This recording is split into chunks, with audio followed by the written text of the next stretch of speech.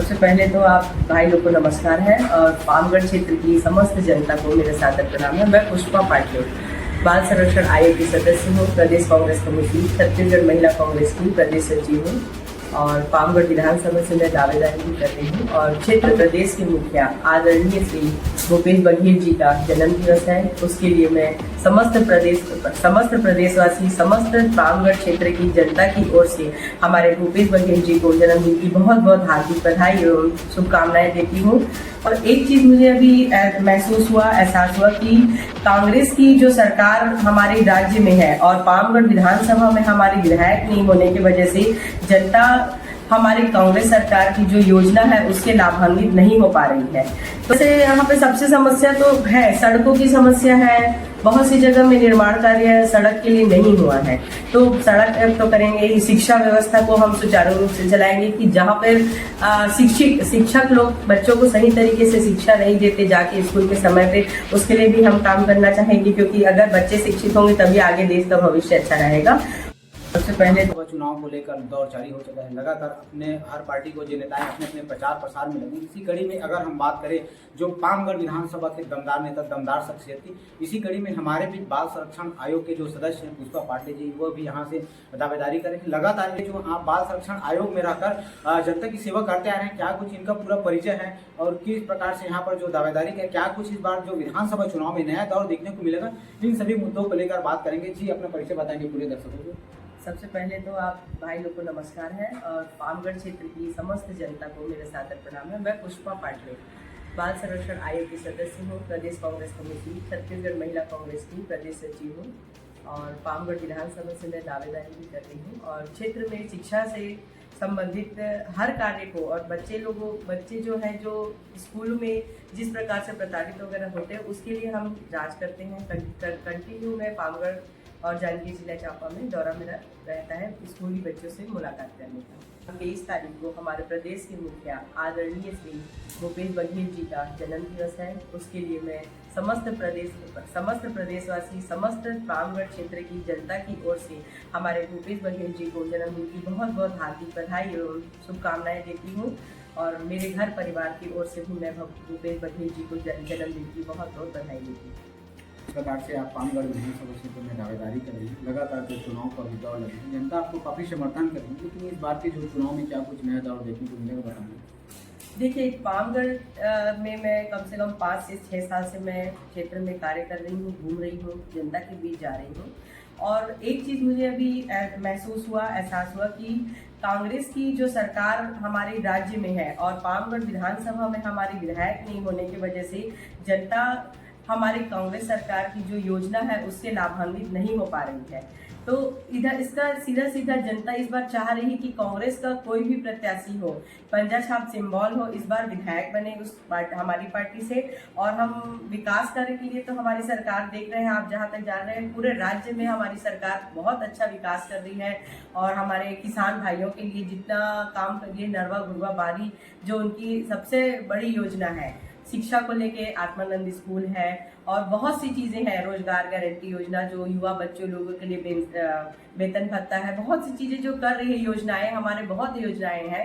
गोबर खरीदी योजना है, बहन लोगों को मितानिन बहनों का भी जो तनख्वाह उनकी बढ़ाई, इस तरह से इतनी सारी योजनाओं का लाभ है जो पूरा राज्य तो ले रही है। लेकिन कहीं ना कहीं मैं सोचती हूँ कि हमारी पामगढ़ की जनता यहाँ विधायक नहीं होने की वजह से, नेतृत्व नहीं होने की वजह से थोड़ा सा कमजोर है। लेकिन ये आगे चलकर इसके लिए हम लोग तैयार हैं। इस बार हमारी पार्टी से जिस किसी भी दावेदार को हम टिकट देंगे, हमारी वर्ग शीर्ष नेतृत्व जो है हम लोग उसका हम पूरा समर्थन करेंगे और पामगढ़ में विधायक बनाएंगे, जिससे जनता इसका लाभ उठा सके। जी दीदी, वही देखा जाता है कि जो पामगढ़ विधानसभा में लोकप्रियता काफी आपके देखने को मिल रहा है। यदि इस बार आने वाले विधानसभा चुनाव में यदि यहाँ की जनता आपको विधायक के रूप में चुनती है, तो जनता के हित में यहाँ किस प्रकार से विकास का कार्य देखने को मिलेगा और क्या कुछ नया दौर देखने को मिलेगा, बताएंगे। अभी जैसे यहाँ पे सबसे समस्या तो है, सड़कों की समस्या है। बहुत सी जगह में निर्माण कार्य सड़क के लिए नहीं हुआ है, तो सड़क तो करेंगे। शिक्षा व्यवस्था को हम सुचारू रूप से चलाएंगे कि जहाँ पर शिक्षक लोग बच्चों को सही तरीके से शिक्षा नहीं देते जाके स्कूल के समय पे, उसके लिए भी हम काम करना चाहेंगे, क्योंकि अगर बच्चे शिक्षित होंगे तभी आगे देश का भविष्य अच्छा रहेगा। और हॉस्पिटल का जो भी है आज शासकीय अस्पतालें हैं जिसमें सुविधा नहीं होगी, उसको हम सुचारू रूप से सुविधा कराने के लिए काम करेंगे। पलायन का एक बहुत बड़ा यहाँ मुद्दा है।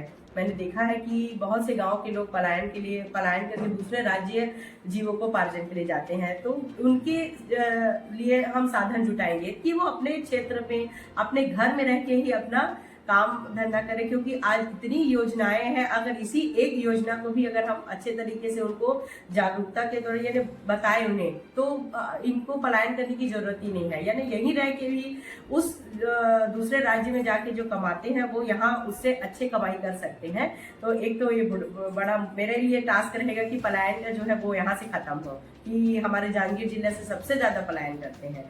और स्कूल हो गया, शिक्षा हो गया, और ग्रामीण जो महिलाएं हैं, जो समूह वाली महिलाएं हैं, उनको ज्यादा से ज्यादा महिलाओं को ना काम और रोजगार देने के लिए, कि आज पेपर पत्तल का काम है, अपना गोबर से छेने को देखिए, छेना जो हमारा है, गोबर से जो कंडे बनते हैं उसको हमारा दूसरे राज्य या विदेशों में भी बेचा जा रहा है। तो यहाँ भी हो उद्योग हो उसका, और ये बने पैंट का जो गोबर से पैंट बनता है वो भी यहाँ की बहनें करेगी। सब चीज़ों में मैं काम करूँगी। जी, रोजगार को लेकर आपने जैसे बताया, साथ ही साथ अगर हम बात करें भी, चाहे घर चलाने की बात हो चाहे देश चलाने की बात हो, महिलाएं आजकल सामने निकल कर रही हैं। ऐसे में महिला और युवतियों को आगे बढ़ाने के लिए यदि इस बार विधानसभा चुनाव में जनता आपको चुनती है तो उनको क्या प्रोत्साहन मिलेगा इस बार? क्या मैं एक चीज मैं यहाँ समझती हूँ, घर परिवार सब महिलाओं के साथ होता है। महिलाओं को घर से बाहर निकल के काम करना बहुत दिक्कत होती है, ये चीज को मैं भी अनुभव करती हूँ, क्योंकि घर में बच्चे हैं, सब है। तो महिलाओं को हम ज्यादा प्रेरित इसलिए करेंगे कि आप भी बाहर निकलिए, और घर चलाने में जिस तरह से महिला अगर है, और देश को भी चला सकती है महिला, तो घर को और अपने काम करने के लिए भी महिला करेगी। और महिलाओं के लिए रोजगार, और जो छोटी लड़कियां हैं जैसे 18 वर्ष से ज्यादा उम्र की बच्चियां हैं, उसको सिलाई की ट्रेनिंग है, ब्यूटी पार्लर की ट्रेनिंग है, और इलेक्ट्रिकल भी ट्रेनिंग, जैसे मैकेनिकल ट्रेनिंग, इस तरह की ट्रेनिंगों से भी मैं उनको लाभान्वित करूंगी। और आज कंप्यूटर टाइपिंग ये सब चीजें जो है बहुत ज्यादा चलन में है। आज हम लड़के को सोचते हैं कि हम कंप्यूटर पढ़ाएं या टाइपिंग सिखाएं, तो लड़कियों को क्यों नहीं? तो मैं चाहूंगी कि महिलाओं को, बच्चियों को भी कंप्यूटर का पूरा ज्ञान होना चाहिए, उनकी क्लासेस लगनी चाहिए, और क्लास में उनको फ्री में एजुकेशन मिलना चाहिए। कंप्यूटर क्लास के लिए, टाइपिंग क्लास के लिए, सिलाई कढ़ाई के लिए तो होता ही है, बट टेक्निकल चीजों की भी पूरी जानकारी उनको होनी चाहिए, ताकि वो स्वयं पे आत्मनिर्भर होकर सब काम कर सकें। अगर वही जो सरकार है बघेल जी, यहाँ पर जो जमीनी स्तर के लोगों को ऊपर उठाने के लिए, साथ ही साथ उनकी समस्याओं को निराकरण करने के लिए कई ऐसी योजनाएं हैं, जैसे नरवा गरवा घुरवा बारी के तहत योजनाएं चला रही हैं, और करोड़ों रुपए पैसे यूं पानी की तरह बहा रही हैं। साथ ही साथ अगर शिक्षा की बात करते तो शिक्षा को लेकर भी काफ़ी प्रयास करेंगे बघेल जी, तो इसको लेकर आप क्या कहना चाहेंगे? नहीं, शिक्षा के ऊपर तो मैं, आप लोग जान ही रहे हैं कि मैं आयोग से हूँ, बाल संरक्षण आयोग से, जो बच्चों को शिक्षा के लिए, बच्चों के अधिकारों के लिए काम करती है। यानी बच्चों को जब तक शिक्षा नहीं मिलेगी कैसे काम होगा बताइए? आज जब तक वो शिक्षित नहीं, अपना विकास नहीं कर सकते। तो हर घर के बच्चों को शिक्षित होना है, और शिक्षा के लिए हमारे आदरणीय भूपेश बघेल जी ने स्वामी आत्मानंद स्कूल का यहाँ पे 4 जगह यहाँ पे हमारे को मनोनीत किया, चालू किया है, संचालित चल रहा है। जैसे डोंगा कहरौद है, भैंसो है, नवागढ़ में एक जगह है, और हमारे प्रॉपर पामगढ़ में है। तो 4 जगह ये आत्मानंद स्कूल इंग्लिश माध्यम से खुले। और मैं चाहूँगी कि अगर यहाँ हमारी विधायक बनते हैं कोई भी, तो और ज़्यादा से ज़्यादा यहाँ आत्मानंद स्कूल की शुरुआत हो, जिससे बच्चे अच्छे तरीके से पढ़ सकें। केंद्र पर बैठी बीजेपी की सरकार को क्या कुछ कहना चाहेंगे? जिस प्रकार से वो दावे किए थे चुनाव के पहले, लेकिन अब तक वो दावे धरे के धरे नजर आ रहे हैं। जैसे प्रधानमंत्री आवास योजना की बात करें, अब तक जमीनी स्तर पर जाकर देखा जाए कि ऐसे जो हैं जिनको अब तक नहीं लाभान्वित हुए प्रधानमंत्री आवास योजना। और प्रधानमंत्री योजना तो जो है, लेकिन मोदी जी का जितना झूठे वादे पूरी जनता जान रही है कि वो झूठा प्रलोभन देते हैं चुनाव के समय। उसके बाद देखिए, आप खुद जान रहे हैं महिलाओं का कितना शोषण हो रहा है। किसी व्यक्ति का अगर प्रधानमंत्री आवास में आ रहा है, वो उसका जब तक वहां से पैसा ही नहीं आएगा तो राज्य सरकार कैसे देगी?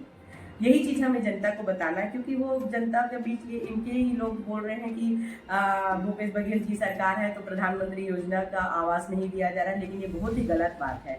केंद्र से ही जब सरकार को पैसा नहीं मिलेगा प्रधानमंत्री आवास योजना का, तो सरकार कैसे किसी को दे सकती है? आप बताइए, है ना? ये तो झूठा ही है। मोदी सरकार पूरी तरह से झूठा है, और पूरा उनका जितना वो माया जाल है, बहुत ही गलत और बहुत ही गंदा संदेश उनके द्वारा जाता है कि बीजेपी सरकार क्या कर रही है, महिला स्मृति ईरानी जी को आपने देखा है, महिलाओं के प्रति जो शोषण होता है उसके लिए वो हमारे आदरणीय राहुल गांधी जी को जिम्मेदार ठहराती है। मणिपुर की घटना को आप सबने देखा है, जिस तरह से लड़कियों को निर्वस्त्र करके घुमाया गया, उसके लिए एक शब्द मोदी जी और एक शब्द स्मृति ईरानी जी ने नहीं किया। आप किसी के यानी उनके बारे में उसमें बात ही नहीं करना चाहिए। यानी इस तरह का बीजेपी सरकार कर रही है, यानी पब्लिक के लिए तो बिल्कुल उनके मन में, दिल में, दिमाग में कोई प्रेमया दुआ प्रेम का भाव ही नहीं है। और बताएंगे यहाँ पर जो पामगढ़ विधानसभा में देखा जाए भारतीय जनता पार्टी भी काफ़ी यहाँ पर दावेदारी कर रही है, काफ़ी प्रयास कर रही है, वहीं उनको लेकर आप क्या कहना चाहेंगे, क्योंकि 15 साल से वो भी राज किए थे, क्या कुछ कहना चाहेंगे? देखिए, भारतीय जनता पार्टी यहाँ छत्तीसगढ़ में 15 साल से रही है। उनके पूरे घोटालों के बारे में पूरी छत्तीसगढ़ की जनता जानती है। चावल घोटाला हो या आंख वाले कांड हो या बहुत से का है, जितने यानी गिनाने यानी गिनती में कम है। मैं उनके घोटालों को बोल नहीं सकती क्योंकि जनता जानती है।